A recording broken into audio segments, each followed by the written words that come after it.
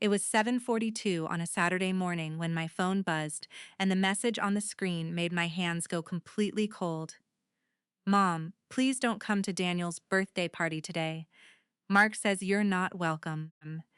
I read the message 3 times. Daniel was my grandson. He was turning 8 that afternoon, and for the first time in 8 years, I had been told I wasn't allowed to celebrate his birthday. I sat at my kitchen table, staring at the little blue message bubble while the coffee beside me went cold. On the counter was a gift I'd spent weeks searching for. A telescope Daniel had been talking about for months. I had even wrapped it myself.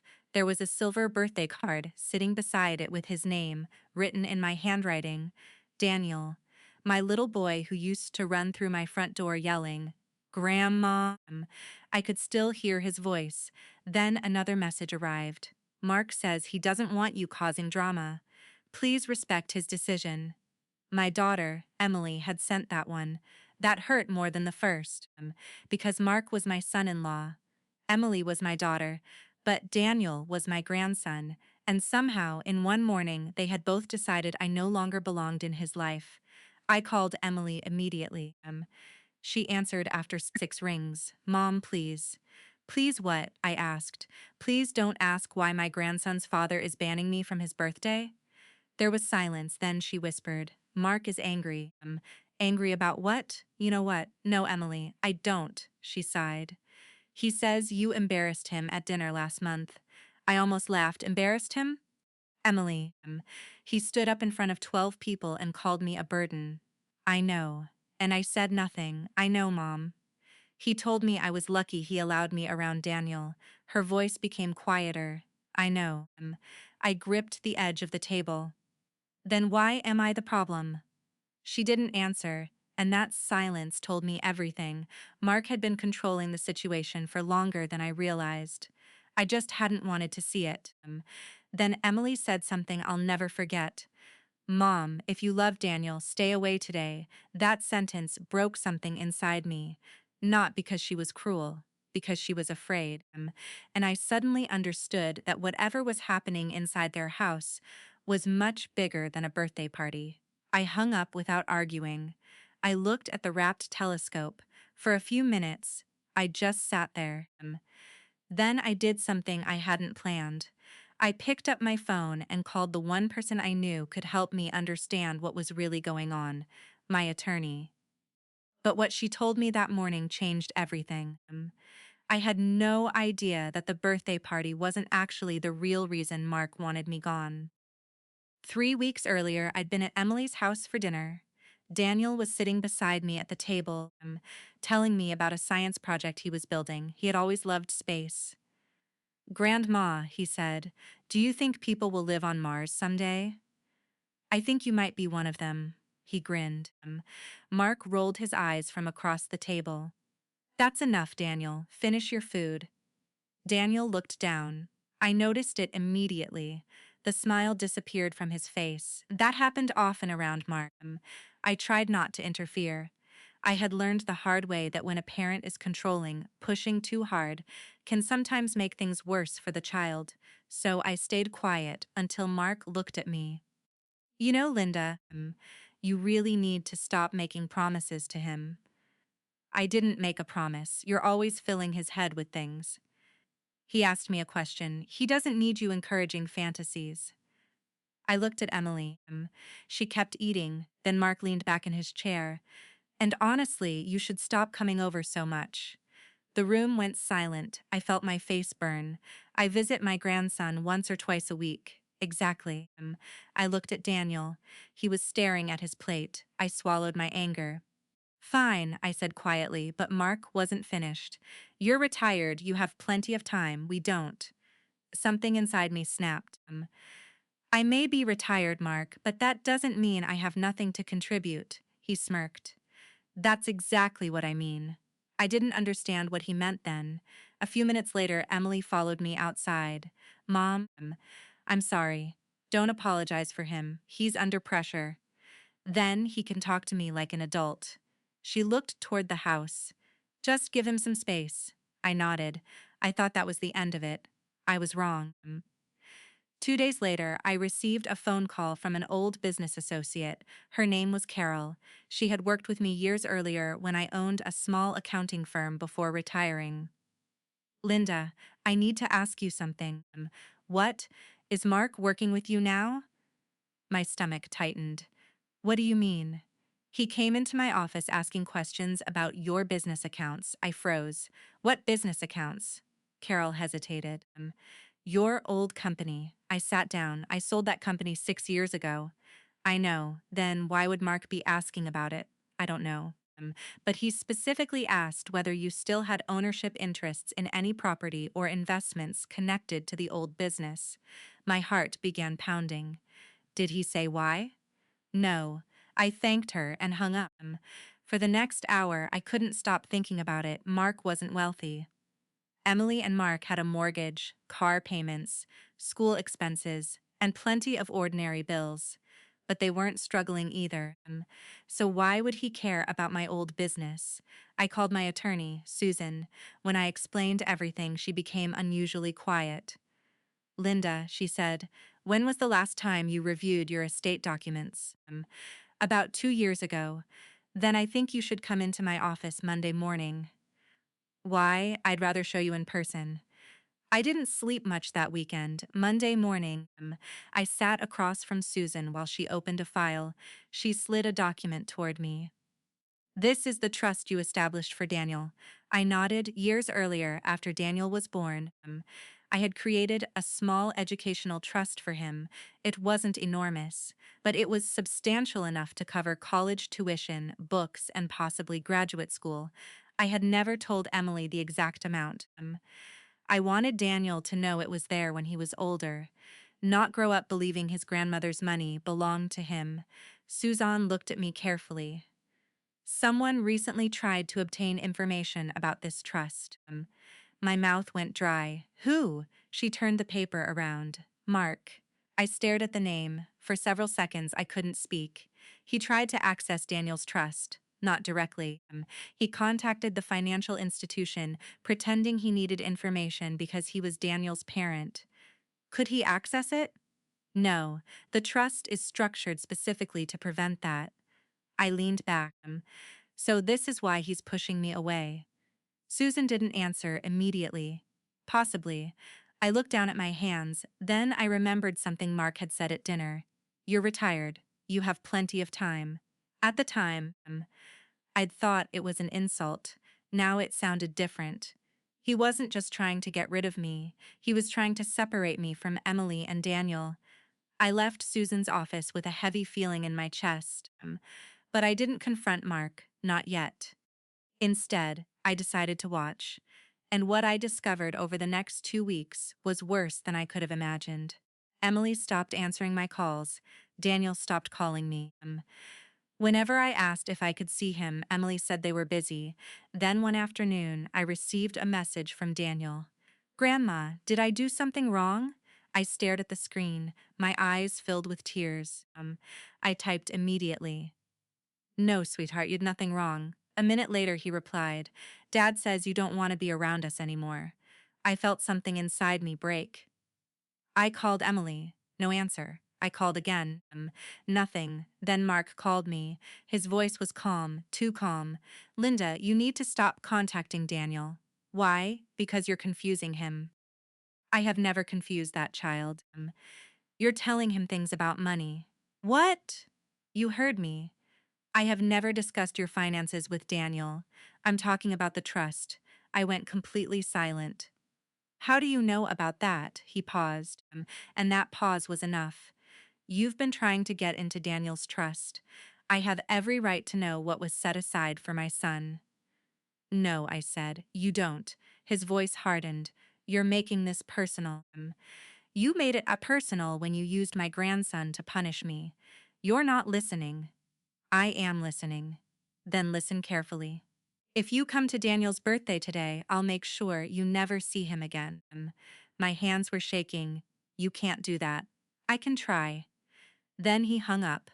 That was the moment I stopped crying. Something inside me became very calm because I finally understood what Mark believed. He thought he had control. He thought my love for Daniel made me weak. He thought I would beg. He thought I would apologize for something I hadn't done. He thought I would show up at that birthday party and create a scene. I wasn't going to do any of those things. Instead, I called Susan. I want to make changes. She knew exactly what I meant. Over the next several days, we reviewed everything: the trust, my estate, my property, my investments, and most importantly, the legal protections surrounding Daniel's future. There was something Mark didn't know. Years before Daniel was born, I had established a separate family foundation. It supported scholarships for children in our county. Daniel was one of several beneficiaries of a future educational grant. But Mark had absolutely no authority over it. I couldn't change that money because of anger, and I didn't want to. That wasn't revenge. That was Daniel's future. My revenge would be something else. It would be the truth. Susan helped me document every attempt Mark had made to access private financial information. She also advised me to stop direct communication with him. If he wants conflict, she said, don't give him emotion, give him records. I followed her advice. Then, 3 days before Daniel's birthday, something unexpected happened. Carol called me again. Linda, I found something. What? Remember when Mark came to my office? Yes. He wasn't just asking about your old company. My stomach tightened. What else? He asked whether your former company had ever done business with his employer. I frowned. Why? I didn't know at first. She paused. Then I checked an old file. What did you find? Your former company had a vendor agreement with his employer. I sat down. What kind of agreement? A consulting contract. And Mark was one of the employees assigned to review some of those accounts. I felt cold. Was that before or after he married Emily? After. My heart sank. How long? Almost a year. I suddenly understood. Mark hadn't discovered my money recently. He had known about it for years.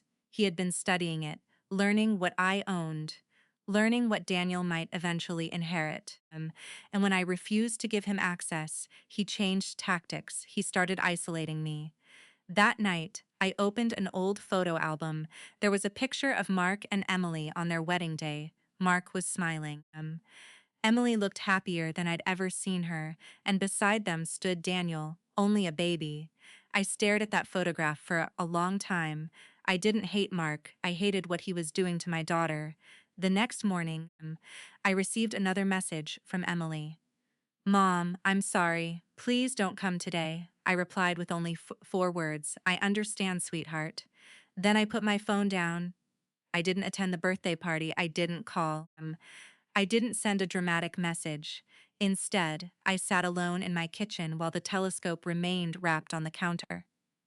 At 4:18 that afternoon, my doorbell rang. I wasn't expecting anyone. When I opened the door, I saw Emily. Her eyes were red. She was crying. Mom, I pulled her into my arms. She held on to me like she had when she was a little girl. I'm sorry, she whispered. What happened? She looked over her shoulder. Can I come inside? Of course. We sat in the living room. For several minutes, she couldn't speak. Then she finally said, Dad was right about one thing. My heart stopped. About what? He told me you would eventually try to take Daniel away from us. I stared at her. I would never do that. I know. She wiped her face. I know that now. What changed? She pulled out her phone. I found something. She showed me a folder of messages, masked between Mark and someone from his workplace. I read them. My hands began trembling. They weren't about me. They were about money. Mark had been discussing how much my assets might be worth. He had written that if I could be convinced to move certain investments into a family account, he could protect Daniel's future. But then there was another message. Linda won't cooperate. We need Emily completely on our side first. I looked at my daughter. She nodded. He's been telling me for months that you're trying to control our family. I felt tears in my eyes. Emily. I believed him. She looked down. I'm sorry. I reached for her hand. What made you stop believing him? She swallowed. Tonight. She told me what had happened at Daniel's birthday. The party had started normally: cake, gifts, friends, family. But when Daniel asked why Grandma wasn't there, Mark told him I had chosen not to come. Daniel started crying. He said you didn't care about me anymore. I closed my eyes, Emily continued. I couldn't listen to it. Then she discovered the messages. She had gone into Mark's office looking for a receipt. His laptop was open. A message appeared. It was from someone at his company. The message said they were uncomfortable with Mark's request for confidential information related to my former business. Emily had taken pictures. She didn't confront him. She came straight to me. For the first time in weeks, I saw my daughter clearly. She wasn't choosing Mark over me anymore. She was finally seeing him. But there was still one problem, Daniel. He thinks you abandoned him, Emily whispered. My heart broke. Can I see him? She nodded. He's upstairs. I walked into that bedroom slowly. Daniel was sitting on his bed holding a toy spaceship. When he saw me, he froze. Grandma, I smiled through my tears. Hi, sweetheart. He ran into my arms. I held him tightly. I thought you didn't love me anymore. I kissed the top of his head. Never. Not for 1 second. Dad said you were mad at us. I wasn't mad at you. Why didn't you come to my party? I looked at him. Because sometimes adults make decisions that hurt people, but none of that was your fault. He nodded against my shoulder, then he whispered, Did you bring my telescope? I laughed through my tears. Yes. His face lit up. But it's not a birthday present anymore. Why? Because now it's a grandma loves you present. He smiled. That night, after Daniel went to sleep, Emily and I sat at the kitchen table. We need to decide what happens next, she said. I nodded. I agree. The next morning, Susan helped us prepare everything. We didn't make accusations online. We didn't call Mark's employer ourselves. We didn't threaten him. We simply gave the appropriate evidence to the appropriate people. Mark's company opened an internal investigation into whether he had improperly sought confidential information connected to my former business. At the same time, Susan sent Mark a formal notice stating that he had no authority to access Daniel's trust or any of my financial records. And there was one final step.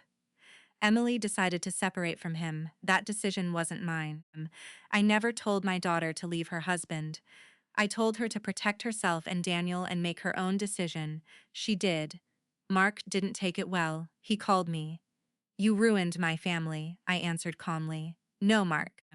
Your choices did. You turned Emily against me. I never asked her to choose. She would never have left if you hadn't interfered. I looked out the window. You're still blaming me. He was silent. Then he said something that told me he still didn't understand. You think money makes you powerful? No, then what does? I thought about Daniel, my daughter, the weeks of humiliation, the birthday party I missed, the telescope sitting on my table. Then I answered, truth. He hung up. A month later, the investigation concluded. Mark had violated company policy by attempting to obtain confidential financial information unrelated to his role. He was dismissed. There were no dramatic handcuffs. No courtroom spectacle, just consequences. The kind that happen in real life. He lost his job, his marriage ended, and most importantly, he lost the trust of the people who had once believed him. But the most important moment came 6 weeks later. It was a Sunday afternoon. I was sitting in my backyard when Daniel came running through the gate. Grandma, he was carrying a small box. What have you got? He opened it. Inside was a little model of the solar system. I made it at school. I smiled. It's beautiful. He handed it to me. I made you one because you gave me the telescope. I hugged him. Then he whispered, Mom says we're going to be okay. I looked at Emily. She was standing near the gate. She smiled. For the first time in months, there was peace on her face. Not fake peace. Real peace. The kind that comes after surviving something painful. Later that evening, Emily sat beside me. Mom? Yes? I have to ask you something. What? Why didn't you fight Mark when he banned you from the birthday? I thought about that question because the truth was, I had wanted to. I wanted to drive to his house. I wanted to demand answers. I wanted to tell everyone what he had done. But I knew that would have given him exactly what he wanted, a story where I was the unstable mother-in-law. Instead, I stayed quiet. I documented everything. I protected Daniel. And I let the truth speak for itself. I didn't need to win the argument, I told her. I needed to protect the people I loved. She leaned her head against my shoulder. I almost lost you. No, I said, you almost lost yourself. She started crying. So did I. That was the real victory, not Mark losing his job, not the divorce, not the investigation. It was having my daughter back. And having my grandson understand that I never abandoned him. A year later, Daniel celebrated his 9th birthday. This time, the telescope was still in his room. He had learned how to use it, and every few weeks, he'd call me late at night. Grandma, I saw Jupiter, or Grandma, I think I found Saturn. One evening, he asked me something that caught me completely off guard. Grandma, why did Dad say you didn't want me? I took a breath, because children deserve truth, but they don't deserve to carry adult hatred, so I told him the simplest truth I could. Sometimes grown-ups make mistakes because they're scared or angry, but none of that was ever your fault. He nodded. Then he looked through the telescope again. I'm glad you came back. I smiled. I never left. He grinned, and somehow those 3 words healed something in me. I never left. Looking back, I used to think revenge meant making someone regret hurting you. Now I know better. The strongest revenge isn't destroying someone, but it's refusing to become the person they wanted you to become. Mark wanted me desperate. I stayed calm. He wanted me angry. I stayed patient. He wanted my daughter isolated. I gave her space to see the truth for herself. He wanted control over my grandson's future. I protected it without ever using it as a weapon, and in the end he didn't lose because I attacked him. He lost because the truth finally caught up with him. As for me, I still have the birthday card from that first party, the one I never got to give Daniel. It's tucked inside an old photo album. Sometimes I open it, not because it makes me sad anymore, because it reminds me of how close I came to believing that being rejected meant I had lost. I hadn't. I had simply been given a choice. I could beg for a place at their table, or I could stand up, protect my family, and wait for the truth to find its way home. I chose the second. And when I look at my grandson now, laughing in my backyard with that telescope beside him, I know I made the right choice. They tried to make me feel like I didn't belong in my own family, but they forgot one thing. Love doesn't disappear because someone tries to control it. And for the first time in years, I finally understood that I didn't need anyone's permission to know my own worth.